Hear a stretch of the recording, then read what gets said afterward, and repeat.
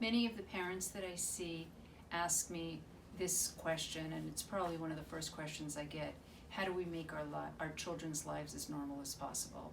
And the one response I have for this is try and schedule the child's day out. A child is in school for many hours, and the reason that it works fairly well is because they're scheduled.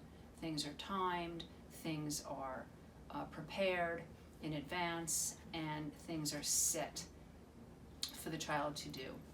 So if you can, get yourself a chalkboard, if you haven't already, and put it on the refrigerator, put it on someplace where it can be posted and seen, and put the schedule down.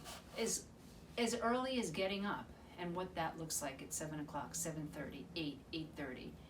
It doesn't have to be set in stone, but it's something to adhere to when you can do it, especially for my parents that are working.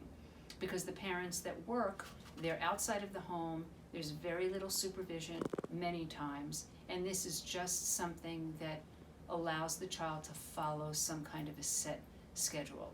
What we're trying to do is we're trying to keep some sense of normalcy, and we're trying to keep some sense of sanity for these kids when they're home from school for this period of time.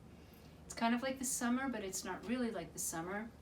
The summer is an assumed break, and kids really shut off and shut down during the summer. We don't really want our kids to do that now. We want them to stay in the momentum of the academic institution and have things scheduled out.